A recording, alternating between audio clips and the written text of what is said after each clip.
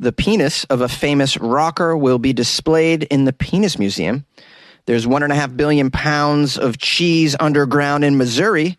And a math teacher gives calculus lessons on Pornhub. These are the weird stories for Wednesday on Weird AF News, the only daily weird news podcast hosted by a comedian inside a closet. Got a very special episode today. 3 segments, weird news from around the world like we do. I'm happy you're with me. Come on. Jimi Hendrix's penis will be on display in the famous Penis Museum. This artifact was donated, this Jimi Hendrix penis, by the late Cynthia Albritton, otherwise known as Cynthia Plaster Caster. This isn't really Jimi Hendrix's penis. It's not the real deal. It is a plaster cast of the famous guitarist.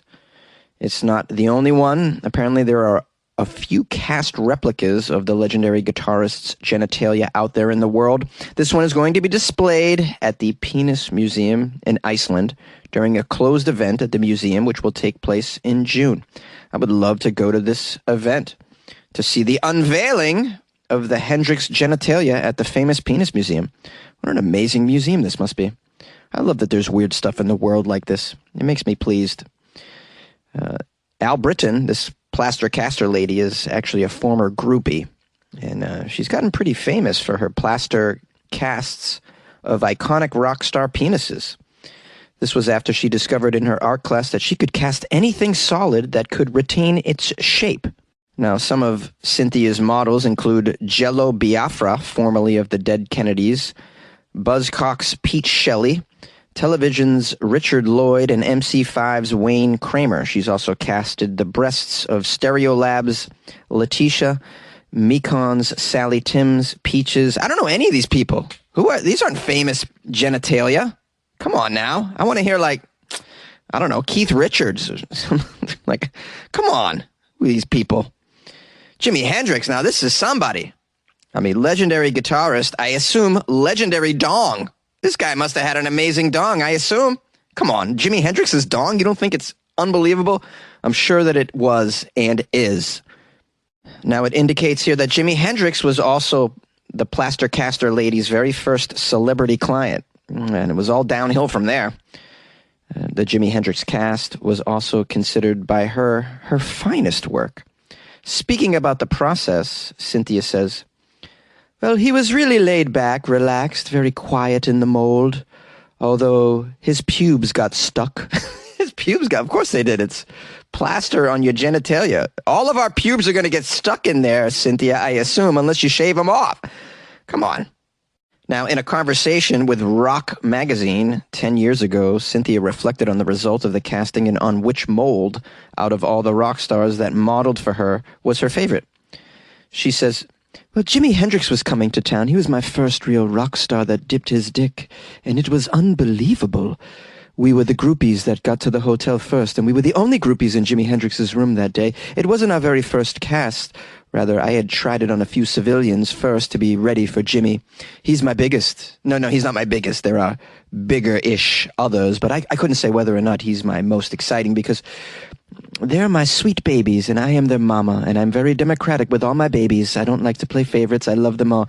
The experiences were equally exciting and weird and different from each other." This lady is weird. You are weird, Cynthia. I mean, I like you. You're weird. Now, the work of Cynthia, who made the plaster casts using a dental mold-making substance called alginate, was immortalized in the Kiss song Plaster Caster on their 1977 album Love Gun. And there's also a documentary of the same name that chronicled her artistic legacy. She passed away on April 21st of this year at the age of 74. And she's left a legacy of many plaster cast penises out there. Hey, I mean, that's like a cool thing to do with your life. You know?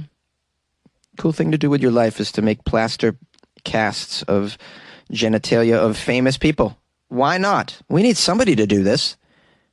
You know, maybe someone will make a plaster cast of my penis someday. You know, the famous podcaster, JONESY, his penis in the Penis Museum in Iceland. That would be really a dream. I can say that I lived in a successful life if my plaster penis ends up in the Penis Museum in Iceland. For sure. And if you happen to be up in Iceland, anybody, I would urge you to go to the Penis Museum and take a selfie next to Jimi Hendrix's penis. Why wouldn't you do that? Taking selfies with your penis. Taking selfies with your penis. Taking selfies with your penis. I'm taking selfies with your penis. Oh, listen here, baby. Stop acting so crazy.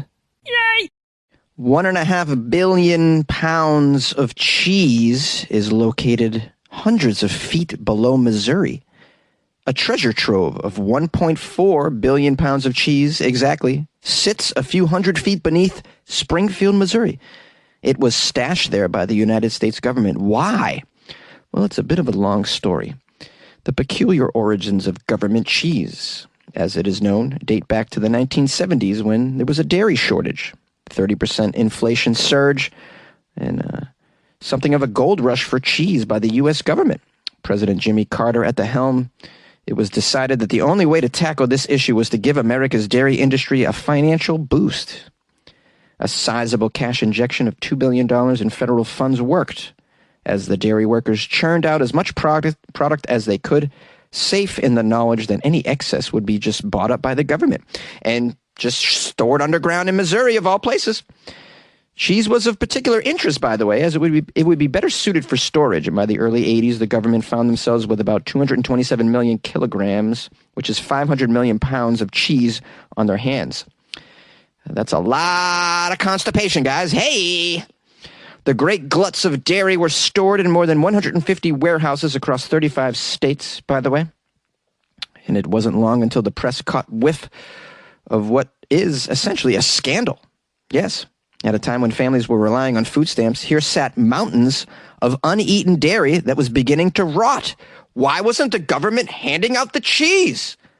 The bitter taste left in the mouths of the American people would soon be replaced with something between Velveeta and cheese singles, as the Special Dairy Distribution Program was enacted by President Reagan. And the program shelled out 14 million kilograms, 30 million pounds of cheese to nonprofits. While the donation was mostly moldy, it was forwarded on to the hungry Americans. The solution was far from ideal, though, not just because of the cheese's questionable suitability for human consumption, but also because it began to disrupt sales for the dairy industry from whence it came. Oh, what a blunder!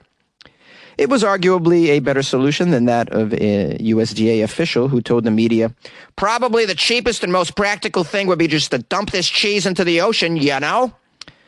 Now, instead, it became a symbol of socioeconomic status as families under financial pressure made the most of the sliceable, easily melted dairy products to make mac and cheese and grilled cheese sandwiches.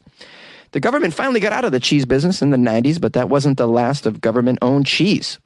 In 2016, the cheese hoarding began all over again as the government accrued over 1.4 billion pounds of surplus cheese. Once again, the stocks sit hundreds of feet below the ground in Missouri, kept in converted limestone mines known as the cheese caves. Oh boy, imagine finding yourself in a cheese cave. Just get down there with some crackers and a knife. That's all I need. Several bottles of Cabernet as well, I would say. Now, an odd place to find a smog-like stash of dairy products, sure, but there's method to the madness, as these cool and stable temperatures in the cheese caves keep the many, many cheeses nice and cool. While it might stave off rot for a little longer, the caves require maintenance, and shifting the surplus product looks forecasted to be much more difficult in a country where dairy consumption is actually falling. But don't worry, guys, the government will bail you out. No one's eating cheese, we'll buy all the cheese. No one's drinking milk, we'll buy all the milk. What's going on here? No one's going to strip clubs? Don't worry, we'll buy all the boobies. That doesn't make sense. Just trying out something. The United States Department of Agriculture's eagerness to get people eating cheese was demonstrated in 2010, when a government handout was used to bail out the then-failing pizza company Domino's to keep Americans eating the cheese. Wow, why does the government want us eating cheese? Why? The consistent overproduction of the dairy industry. Yeah. Too much dairy, man. Listen, if you guys learn one thing from this story, don't intake too much dairy. It's no bueno for your body. A little bit's fine. Now, the consistent overproduction of the dairy industry, driven by seasonal surges in milk and dips in purchases, is driving the necessity for cheese caves. Oh my goodness, cheese caves all over the place. I wonder if there's one underneath my building. It says here, as turning the excess product into something storable with a long shelf life is a means of reducing waste. However, it's a concerning pattern for both environmental and health outcomes. Why? Well, dairy farming contributes to emissions. You guys know, burping cows. They belch out the potent greenhouse gas called methane. They also fart it out, too, from my understanding. And while getting food to hungry families is a worthy endeavor, the decision to promote cheese products to a population where 42% of people are obese seems short-sighted from a human health perspective. Absolutely it is. The last thing my culture needs is more cheese and pizza. I don't understand why the government just doesn't push kale on us. Kale, so delicious and so good for you. Don't you just love kale? Oh, I can't take enough kale in. I would rather have a sharp pencil in my iris than eat more kale. I have to be honest with you. It's the grossest thing ever.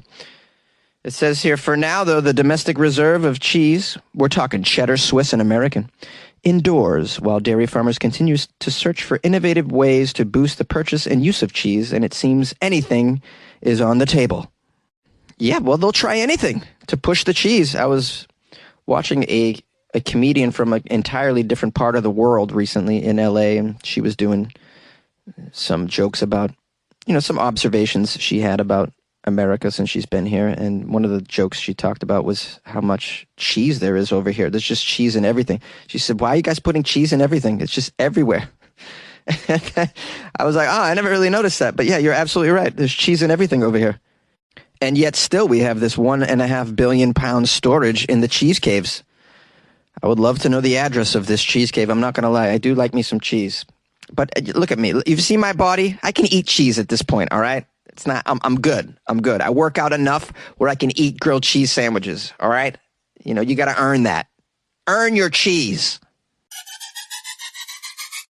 Let me live inside your cheese cave. Let me live inside your cheese cave. Let me live inside your cheese cave. Let me live inside your cheese cave. Now listen here, baby. Let me have some of that cheese.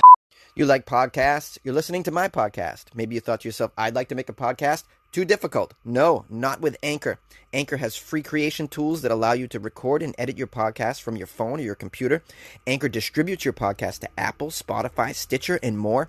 They have advertising integration, so you can even make a little money off your podcast. Everything you need to make a podcast in one place. Download the free Anchor app or go to anchor.fm to get started. And good luck with your podcast. Good luck with your creation. Good luck with your life, man.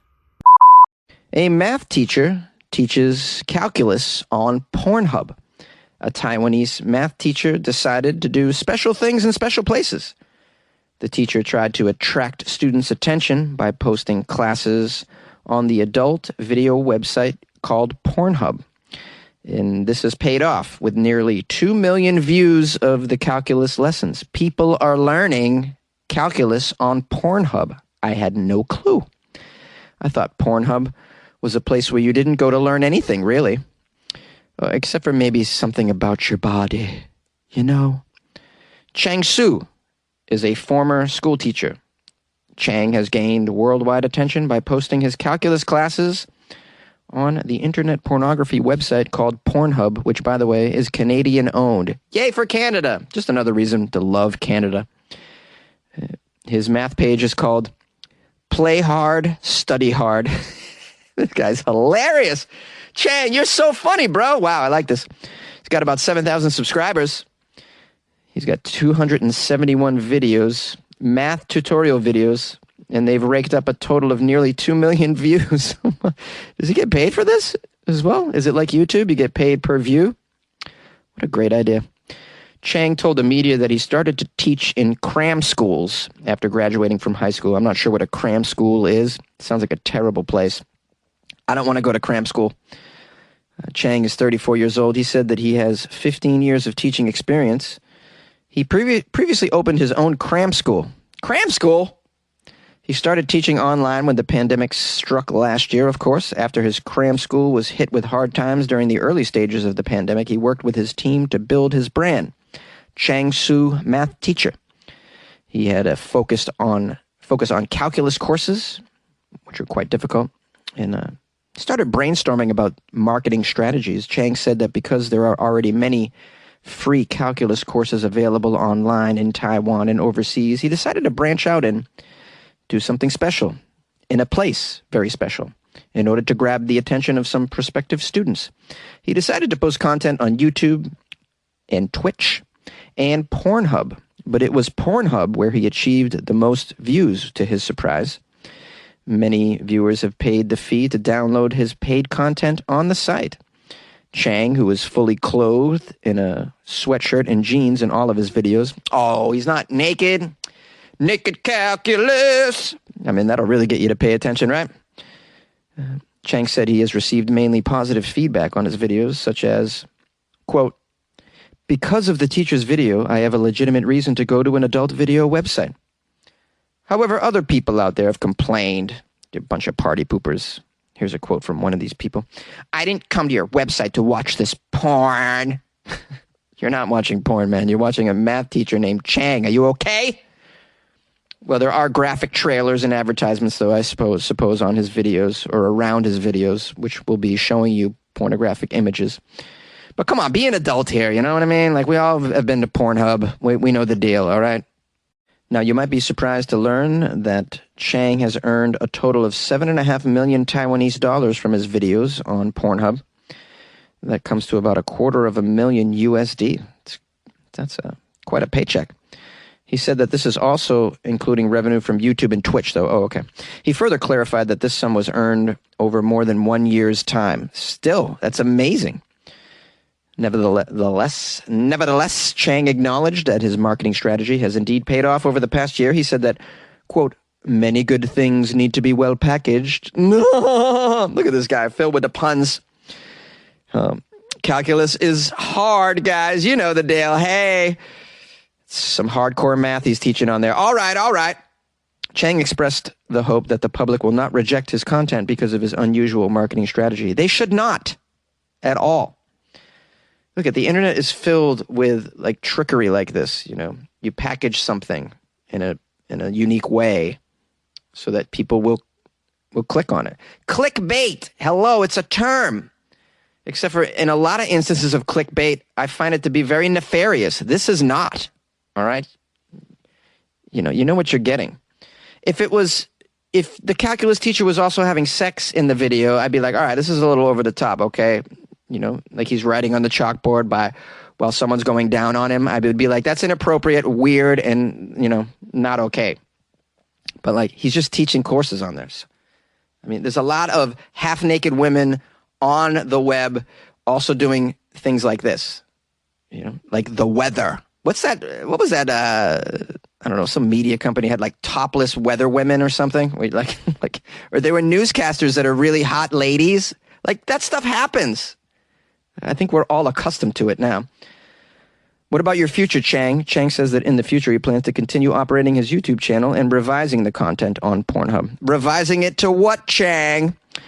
He says that other people will be included in future videos. Oh boy, some of our famous porn stars might be good at calculus, apparently.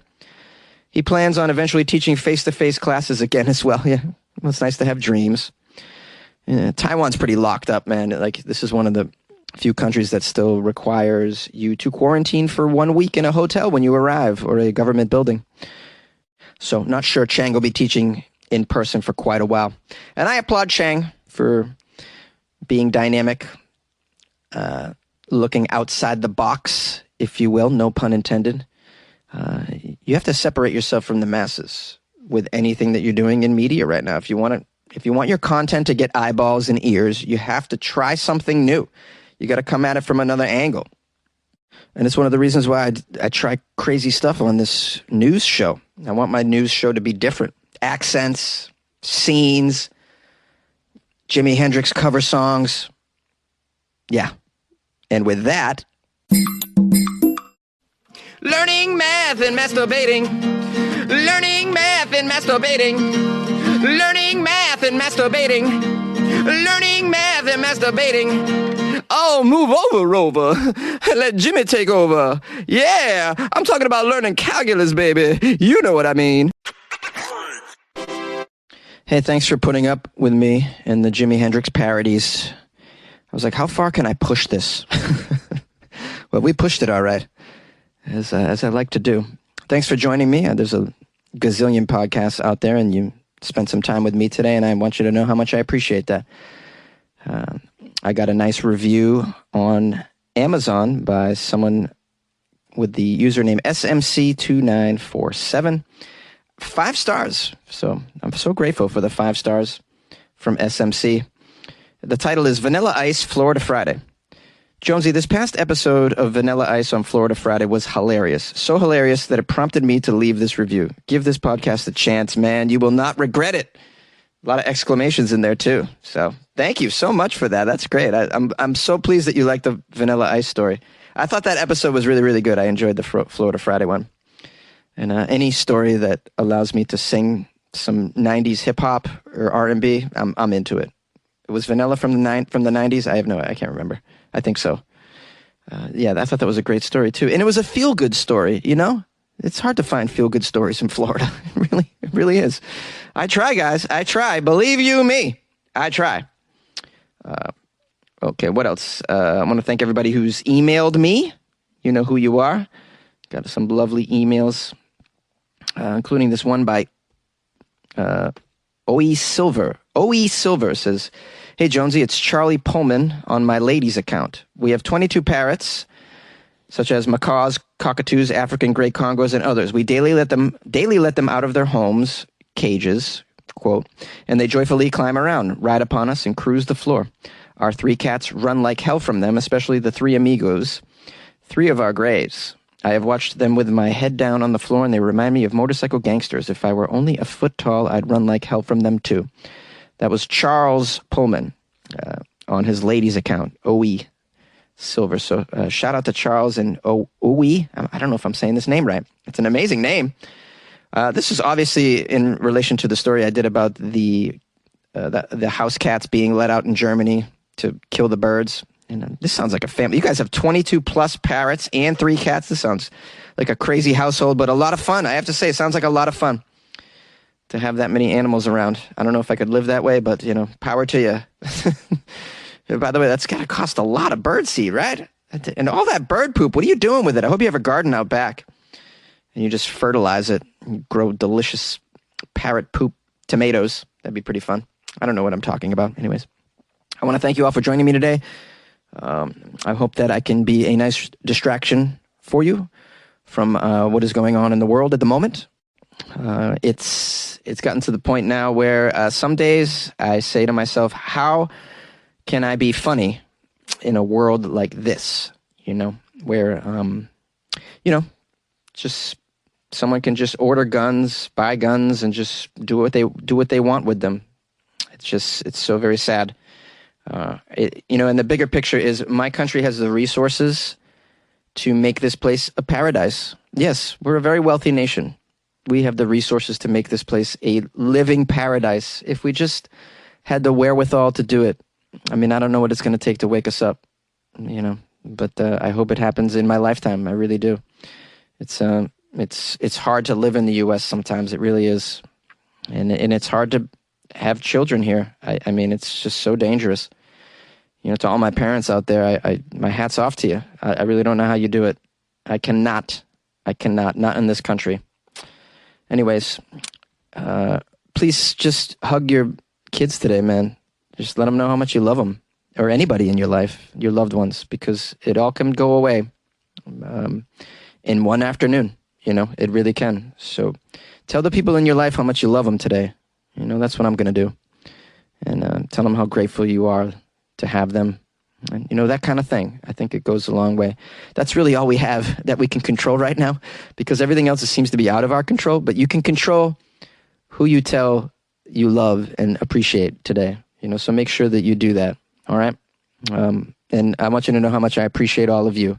Without you listeners, I have no show. So I appreciate you and love you all so much.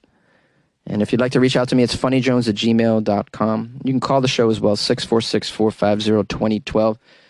And if you just want to call and tell me you love me, that'd be lovely to hear that. And Or just tell me good luck with your life, man, which seems to be a favorite catchphrase. That would be cool as well. If you want to support the show, it's pretty easy. Just go to weirdafnews.com and click on the Patreon banner, or you can click on the Buy Jonesy a Coffee.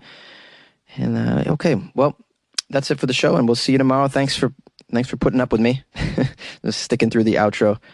It means a lot.